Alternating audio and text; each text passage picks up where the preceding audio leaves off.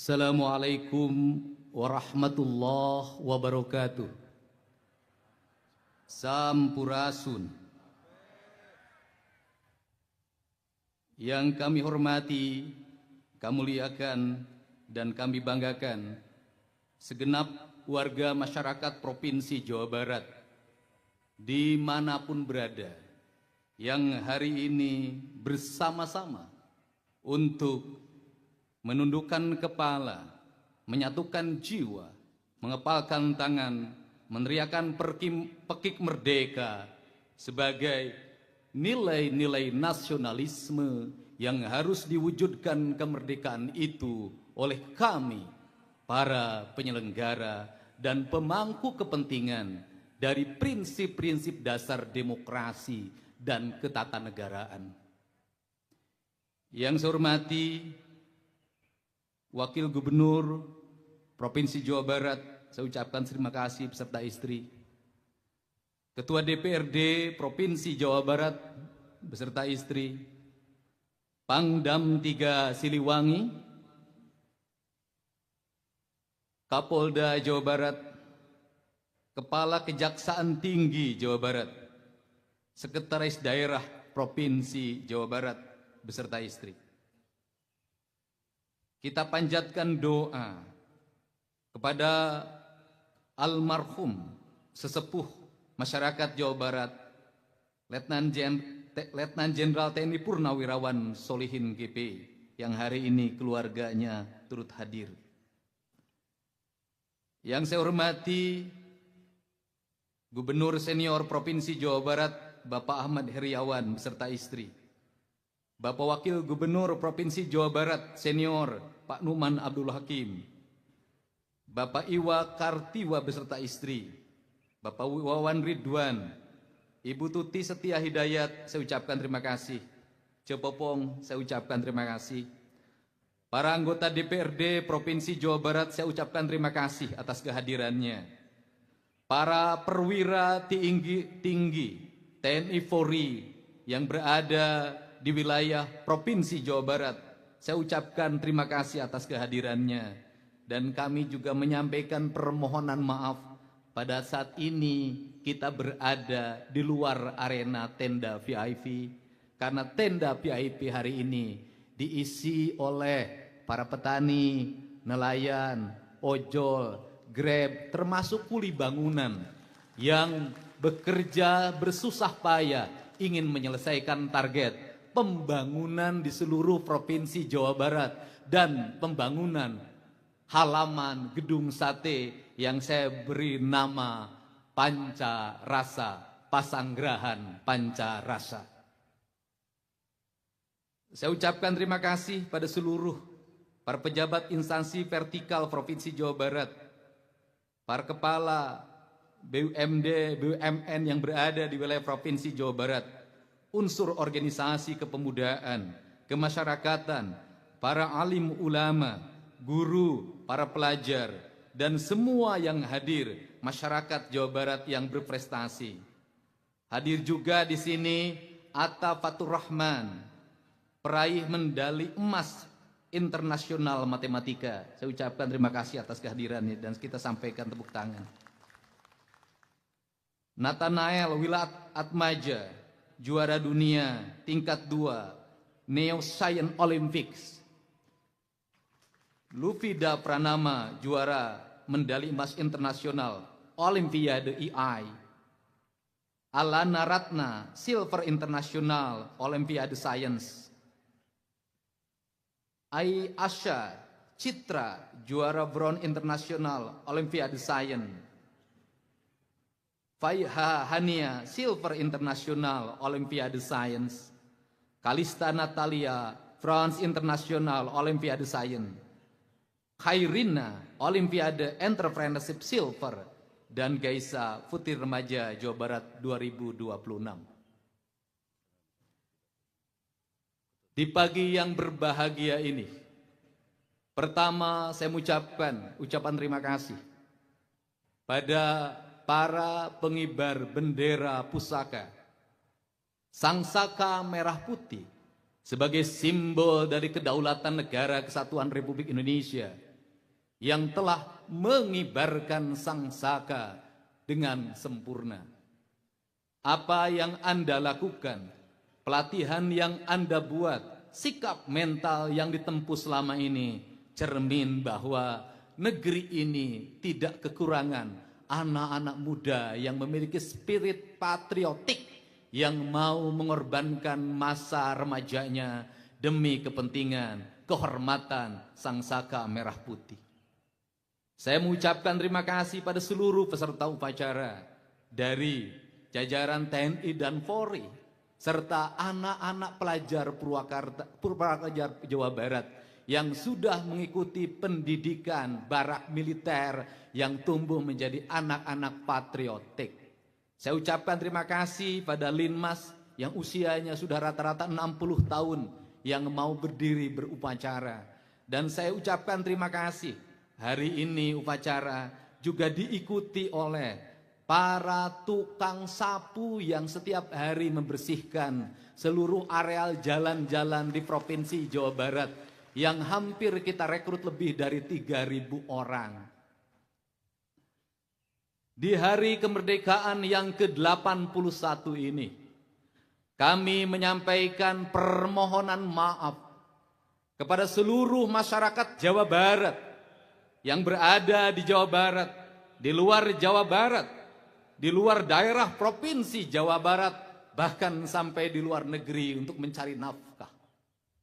Kami menyampaikan permohonan maaf, 81 tahun Indonesia merdeka, kami belum bisa memerdekakan seluruh rakyat Jawa Barat. Masih ada 80.000 rakyat Jawa Barat yang sampai hari ini belum memiliki jaringan listrik, sehingga ketika malam dia kegelapan. Dan 2027 akan kami selesaikan.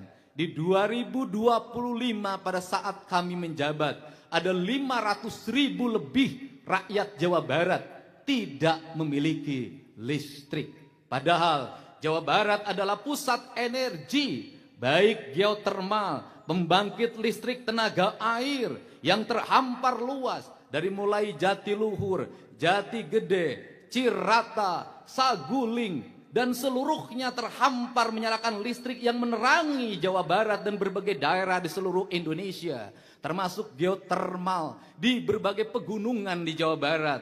Tetapi ada sebuah ironi, ketika kita memiliki energi yang besar, tapi rakyat kita bahkan yang dekat di pembangkit itu tidak memiliki listrik.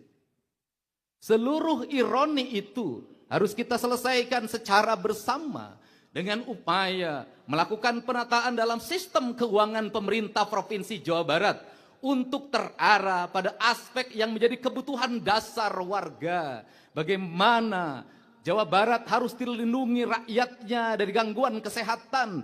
Tidak boleh lagi ada rakyat Jawa Barat yang masuk ke rumah sakit, pulangnya berhutang karena ketidakmampuan keuangan. Tidak boleh lagi ada rakyat Jawa Barat yang terhimpit karena kemiskinannya meninggal tanpa perawatan dari dokter dan para medis.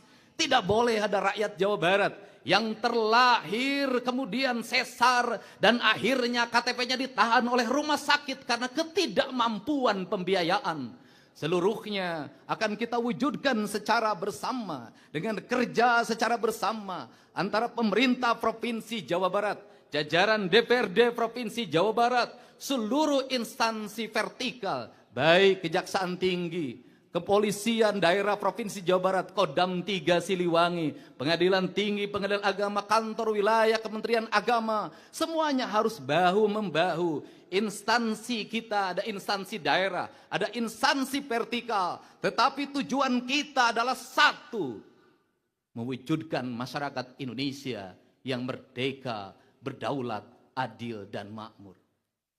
Rasa adil memiliki dua kualifikasi. Yang pertama adalah keadilan komutatif, di mana kita memiliki hak yang sama. Kita berhak menghirup udara bersih dalam setiap hari, walaupun udaranya tidak semua bersih sampai hari ini. Kita berhak mengenyam pendidikan, kita berhak menerima layanan kesehatan, kita berhak mengeluarkan pendapat dan merdeka dalam berorganisasi, tetapi tetap dipertanggungjawabkan seluruh tindakan kita. Setiap warga negara memiliki kedudukan yang sama di mata hukum. Itulah kemerdekaan komutatif. Walaupun seluruh kemerdekaan itu pun belum bisa dinikmati oleh seluruh warga. Kemerdekaan distributif, keadilan distributif kita wujudkan dengan apa? Berdasarkan prestasi yang dimiliki oleh setiap orang. Maka negara harus memberikan ruang bagi siapapun warganya untuk berprestasi tanpa dihalang-halangi. Negara merdeka, tidak ada lagi kalimat kaum caca. Negara merdeka, tidak ada lagi kalimat kaum menak. Negara merdeka, tidak lagi orang berpangkat. Semuanya merdeka, berhak mendapatkan yang terbaik, berhak meraih kedudukan yang terbaik dan yang tertinggi di negeri ini. Itulah makna kemerdekaan.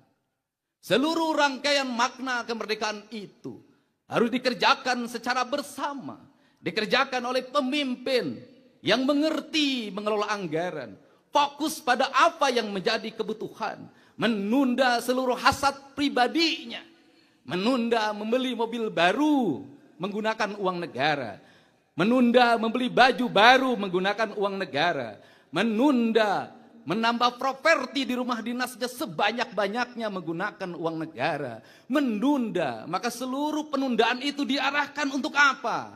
Mengangkat derajat agar masyarakat Jawa Barat setingkat demi setingkat angka pendidikannya semakin meningkat, tidak lagi terus berkutat di 8 tahun. Ke depan harus kita meraih minimal 12 tahun.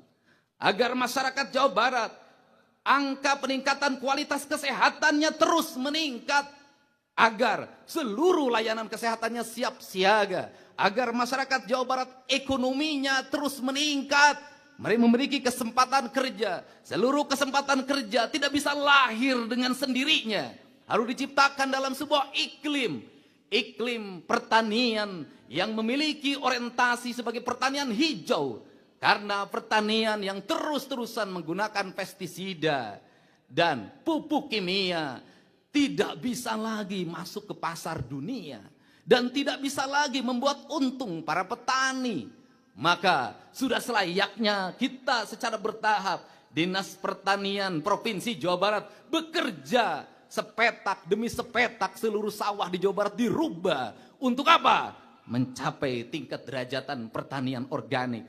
Pertanian organik itu memiliki fungsi pada peningkatan kualitas ekonomi, memiliki fungsi pada kualitas peningkatan kesehatan. Karena kesehatan tidak melulu rumah sakit, kesehatan tidak melulu puskesmas, kesehatan tidak melulu alat kesehatan, kesehatan tidak melulu paramedis, kesehatan tidak melulu dokter. Karena dokter yang sejati adalah diri kita sendiri. Maka pertanian organik merupakan tahapan untuk mewujudkan masyarakat Jawa Barat yang sehat, yaitu masyarakat Jawa Barat setiap hari mengkonsumsi air yang berkualitas. Masyarakat Jawa Barat setiap hari mengkonsumsi buah-buahan yang berkualitas. Berkualitas buah-buahan terhampan, buah-buahan khas Jawa Barat. Ada pisang, ada rambutan, ada manggis, ada duren, banyak lagi buah-buahan khas kita. Dan itu kalau kita bersama mendorongnya peningkatan kualitasnya, maka dalam setiap waktu kita akan menikmati makanan yang bermutu, yang dilahirkan dari apa? Dari tanah air di mana kita pijak, tanah air di mana kita pijak saling mengikatkan diri. Dalam filosofi Sunda disebutnya papat kalima pancer. Papat kalima pancer adalah saling mengikatnya. Air, matahari, tanah, dan udara melahirkan sebuah energi, melahirkan tanaman-tanaman yang berkualitas, yang tumbuh penuh dengan cinta kasih, di mana para petani mencintai tanahnya, menghormati tanahnya, mengurus tanahnya, memuliakan tanahnya. Dari tanah-tanah yang dimuliakan, maka akan tumbuh pepohonan yang mulia, maka akan tumbuh sayur-sayuran yang mulia, maka akan tumbuh buah-buahan yang mulia, maka akan tumbuh padi yang mulia, jagung yang mulia, bawang merah yang mulia, bawang putih yang mulia. Kemuliaan itu akan dimakan oleh warganya. Maka warganya menjadi warga yang mulia. Mulia darahnya, mulia denyut jantungnya, mulia tatapan matanya, mulia pendengarannya, mulia pengucapannya. Maka mengikatkan diri dengan sang saka merah putih. Maka merah dan putih bukan sesuatu yang terpisah, tapi merah dan putih adalah satu kesatuan. Maka manusia Indonesia yang sejati, yang mencintai tanah air, yang menghormati merah putih adalah dia yang setiap waktu menjaga tanahnya, menjaga airnya, mengorbankan keringat dan darahnya demi tanah dan airnya. Maka dalam kekinian adalah menjaga kesuburan tanahnya, menjaga kesuburan airnya. Maka kalau kita ingin menjadi nasionalisme sejati, negeri kita sebenarnya tak perlu pestisida.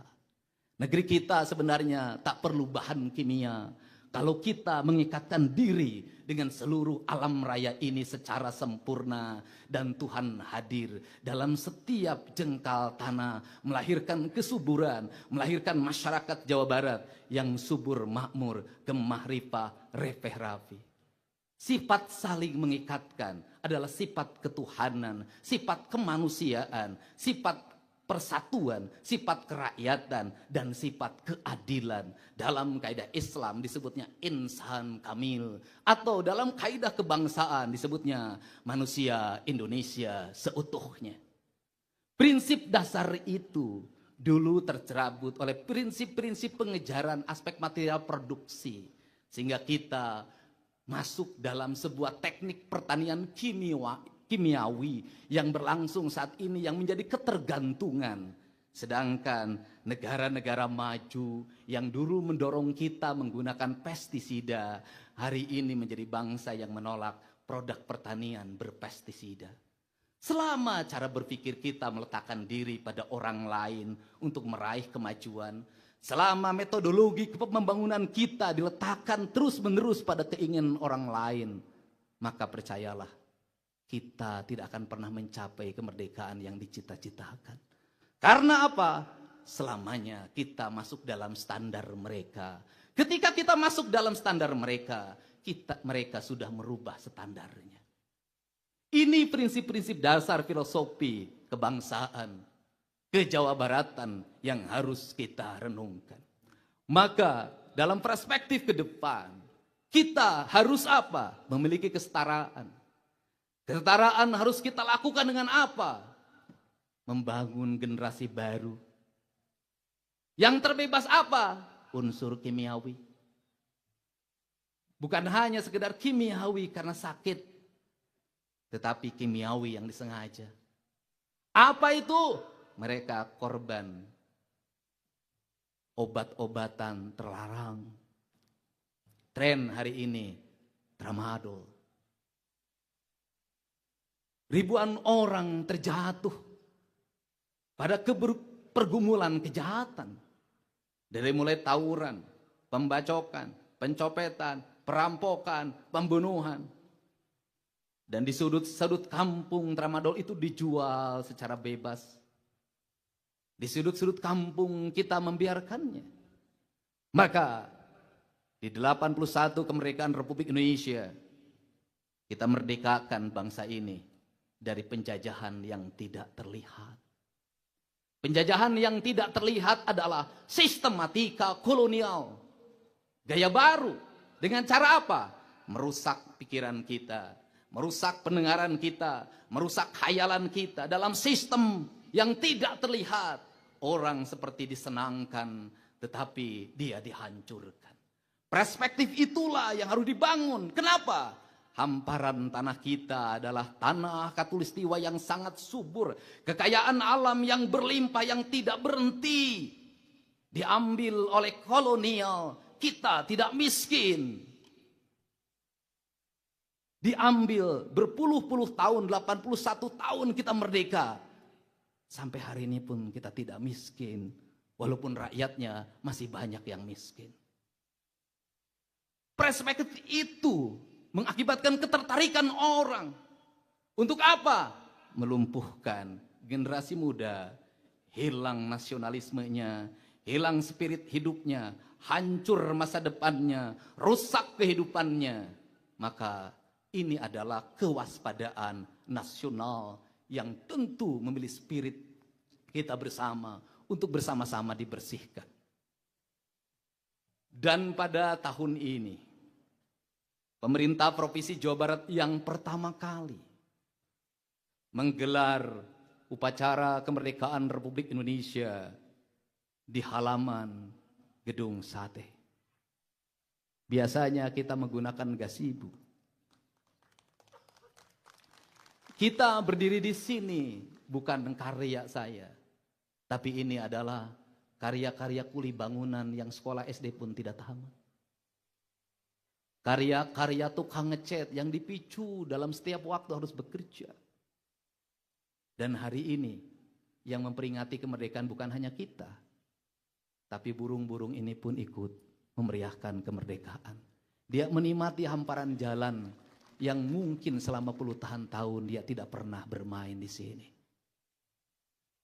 Di balik gedung sate yang sangat indah, terhampar derita yang panjang. Mari kita berpikir, di balik gedung yang dititipkan pada kita untuk dirawat, yang hampir puluhan tahun tidak pernah dicat dengan standarisasi. Ada berapa ribu nyawa merenggang untuk membangunnya. Ada berapa ribu orang-orang yang ditinggalkan rumahnya untuk membangunnya. Ada berapa orang yang tertimpa meninggal di dalamnya. Kita tidak pernah mengetahuinya. Dan kita tidak pernah berterima kasih. Yang berjasa bukan hanya yang memiliki gagasan membangun gedung sate, tetapi para kuli itu jauh lebih berjasa. Dan kita juga memahami bahwa prinsip-prinsip dasar karakter penjajahan bukan hanya dimiliki oleh kolonialisme. Kita boleh dalam setiap tahun terus-terusan menggelorakan anti kolonialisme. Kita dalam setiap tahun memberikan kutukan terhadap imperialisme. Tetapi kita harus menyadari diri kita bahwa karakter kolonialisme, perilaku imperialisme bukan hanya dimiliki mereka yang datang ke sini untuk menjajahnya, tetapi dalam catatan sejarah yang saya baca, ternyata banyak juga pribumi bahkan dianggap sebagai pemimpin di lingkungannya itu merupakan bagian dari kejahatan imperialisme. Tidak mungkin kolonialisme Belanda menjajah kita dalam waktu terlalu lama kalau tidak ada orang yang bekerja untuk mereka. Orang yang bekerja itu seringkali memiliki karakter feodalistik. Ingin selalu dihormati, ingin selalu dijunjung tinggi, ingin selalu diangkat-angkat di hadapan kaum pribumi yang mereka adalah warga biasa. Tetapi di hadapan kolonial, dia menundukkan seluruh badannya, membungkukannya dan mengajaknya untuk kerjasama. Dalam catatan yang saya baca, bahwa pemerintah Eropa pernah diguncang oleh perilaku buruk dari kaum feodalis yang berada di Priangan. Yang dalam setiap hari mereka berpesta di atas penderitaan. Bahkan ketika ada pembangunan yang dilakukan oleh pemerintah kolonial, membangun jalan, membangun gedung, upah yang mesti dibayarkan kepada masyarakat disebut rodi, itu pun tidak dibayarkan. Penjajah memang kejam, tapi perilaku feodalistik yang suka menjajah bangsanya sendiri jauh lebih kejam. Untuk itu, pada pagi hari ini, mari kita bersama-sama meninggalkan seluruh tradisi itu dengan tidak menuntut terlalu banyak pada negara, tapi berupaya memberikan yang terbaik pada negara. Tidak terus-terusan kita berpikir kenaikan tunjangan yang kita miliki yang menurut saya sudah besar. Tidak terus-terusan kita terus menuntut fasilitas pada negara, padahal kita sudah besar. Kita harus malu pada apa? Pada status diri kita yang seharusnya berdiri paling tegak untuk menegakkan sangsaka merah putih, membangun rasa adil pada seluruh rakyat. Yakinlah bahwa seluruh rakyat akan mencintai bangsanya, akan mengorbankan jiwa raga demi bangsanya, akan memiliki patriotik dan nasionalisme yang tinggi. Manakala para pemimpin dan pejabatnya memperlihatkan sikap tauladan di mata mereka, mau datang ketika mereka sakit, mau mengobati mereka ketika kesusahan, mau berdiri paling depan ketika mereka mengalami penindasan. Inilah cara kita untuk bersama rakyat, berdiri sama tinggi, duduk sama rendah, menghormati sangsaka merah putih. Dirgahayu Negara Kesatuan Republik Indonesia. Semoga Allah Subhanahu wa Ta'ala senantiasa memberikan bimbingan, pelindungan kita semua. Semoga sangsaka merah putih tetap berkibar di tengah gempuran perubahan zaman. Wallahu muwaffiq ila aqwamit thoriq. Assalamualaikum warahmatullahi wabarakatuh. Sampurasun.